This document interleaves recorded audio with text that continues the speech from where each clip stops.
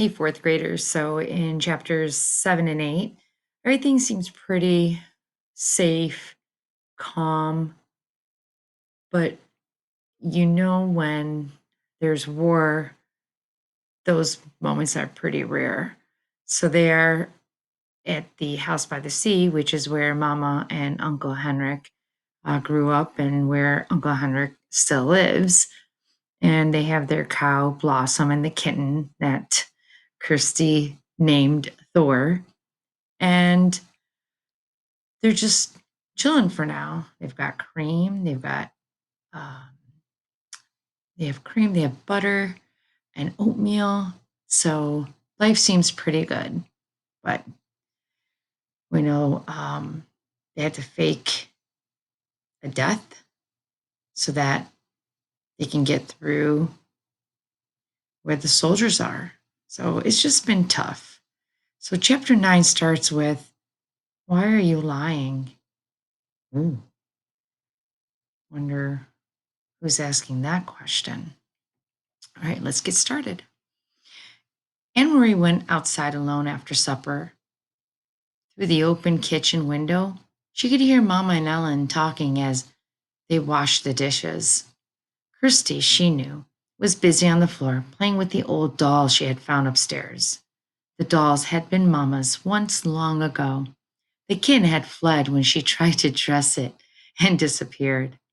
She wandered into the barn where Uncle Henrik was milking Blossom.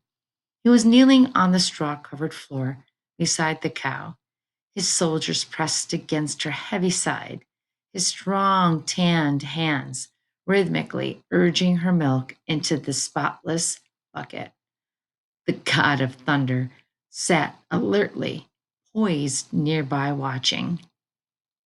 Blossom looked up at Anne Marie with big brown eyes and moved her wrinkled mouth like an old woman adjusting her false teeth. Anne Marie leaned against the ancient splintery wood of the barn wall and listened to the sharp rattling sound of the streams of milk as they hit the sides of the bucket. Uncle Henry glanced over at her and smiled without pausing in the rhythm of milking. He didn't say anything. So Lois Lowry did a really nice job in describing, even by sound, I could hear the milk hitting the pail. I can visualize everything. So that's what you should be doing as a reader. Through the barn windows, the pinkish light of sunset fell in the irregular shapes upon the stacked hay. Flecks of dust and straw floated there in the light. Uncle Henrik, Anne Marie said suddenly, her voice cold, "You are lying to me. You and Mama both." Ooh. His strong hands continued, deftly pressing like a pulse against the cow. The steady stream of milk still came. He looked at her again, his deep blue eyes, kind and questioning. "You are angry," he said. "Yes, Mama has never lied to me before. Never. But I know there is no great Aunt Bertie. Never once in all the stories I've heard, in all the old pictures I've seen, has there ever been a great Aunt Bertie."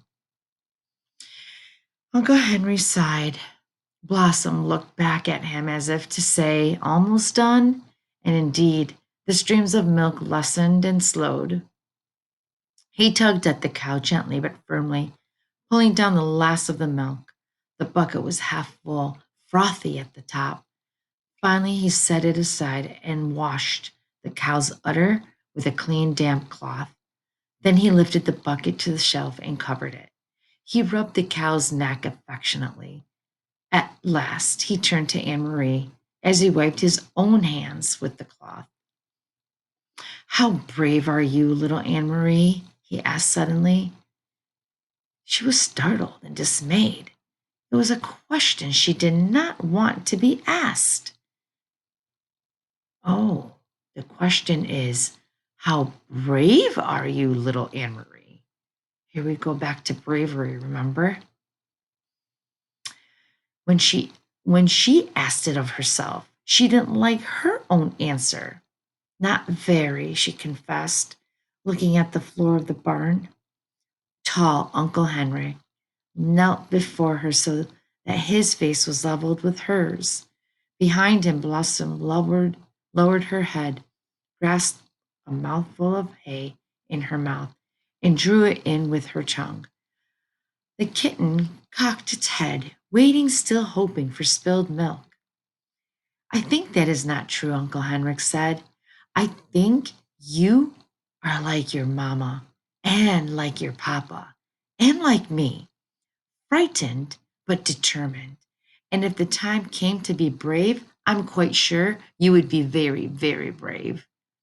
But, he added, it is much easier to be brave if you do not know everything. And so your mama does not know so your mama does not know everything. Neither do I. We know only what we need to know. Do you understand what I'm saying? He asked, looking into her eyes. And Marie frowned. She wasn't sure. What did bravery mean? She had been very frightened the day, not long ago, though now it seemed far in the past, when the soldier had stopped her on the street and asked questions in his rough voice. And she not know everything then?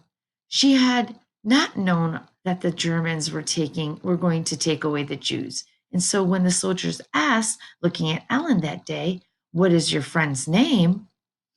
She had been able to answer him even though she was frightened. If she had known everything, it would have not been so easy to be brave. She began to understand just a little. Yes, she said to Uncle Henrik, I think I understand. You guessed correctly, he told her. There is no great Aunt Bertie, and never has been. Your mama lied to you, and so did I. We did so, he explained, to help you to be brave, because we love you. Will you forgive us for that? Anne Marie nodded. She felt older suddenly. And I'm not going to tell you any more, not for now, for the same reason. Do you understand? Anne Marie nodded again. Suddenly, there was a noise outside. Uncle Henrik's shoulders stiffened. He rose quickly, went to the window of the barn, stood in the shadows, and looked out. Then he turned back to Anne Marie. It is the hearse, he said. It is great Aunt Bertie who never was. He smiled wryly. So, my little friend, it is time for the night of the morning to begin. Are you ready? Aunt Marie took her uncle's hand and he led her from the barn. So now we're looking at the casket. The gleaming wooden casket rests on supports in the center of the living room and surrounded by the fragile papery flowers that Anne Marie and Ellen had picked that afternoon. Lighted candles stood in the holders on the table and cast a small flickering light. The hearse had gone, and the solemn faced men who had carried the casket indoors had gone with it. After speaking quietly to Uncle Henry, Kirsty had gone to bed reluctantly, complaining that she wanted to stay up with the others, that she was a grown up enough, that she had never seen before seen a dead person in a closed up box, that it wasn't fair. But Mama had been firm, and finally Kirsty sulking had trudged upstairs with her dolls under one arm and her kitten under the other. Ellen was silent and had a sad expression. I'm so sorry your Aunt Bertie died, Anne Marie heard her say to Mama, who smiled sadly and thanked her. Anne Marie had listened and said nothing. So now I, too, am lying, she thought, and to my very best friend. I could tell Ellen that I can tell Ellen that it isn't true that there's no great Aunt Bertie. I could take her aside and whisper the secret to her so that she wouldn't have to feel sad. But she didn't. She understood that she was protecting Ellen the way her mother protected her, although she didn't understand what was happening or why the casket was there or who, in truth, was in it. She knew that it was better safer for Ellen to believe in Great Aunt Bertie. So she said nothing. Other people came as the night sky grew darker. A man and a woman, both of them dressed in dark clothing. The woman carrying a sleeping baby appeared at the door, and Uncle Henrik gestured them inside. They nodded to Mama and to the girls.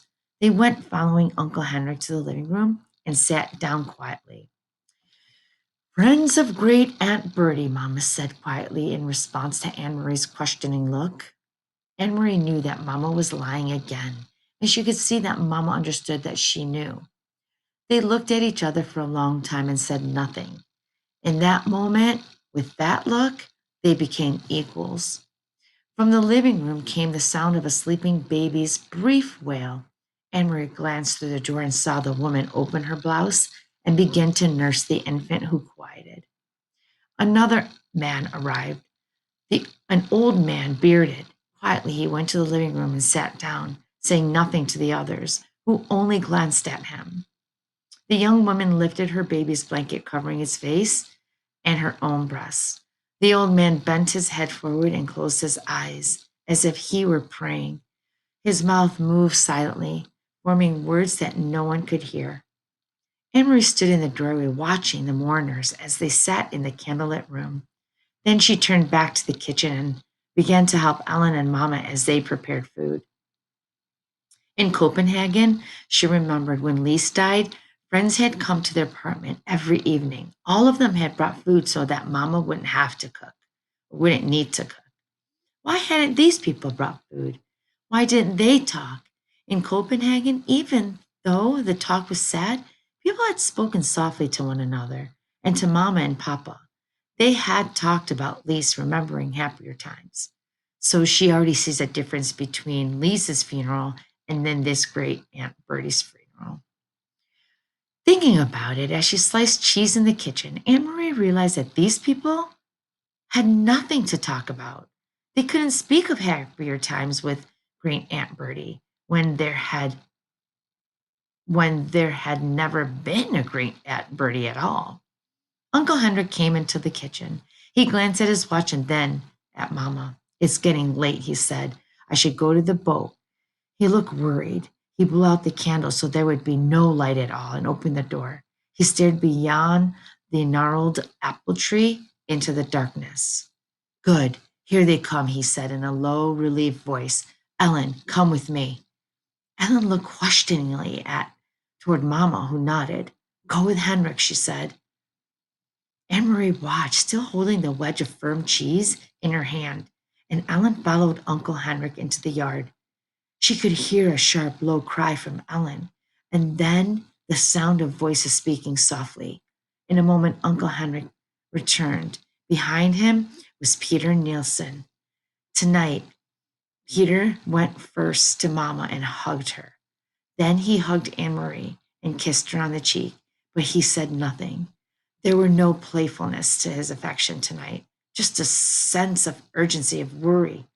He went immediately to the living room, looked around, and nodded at the silent people there.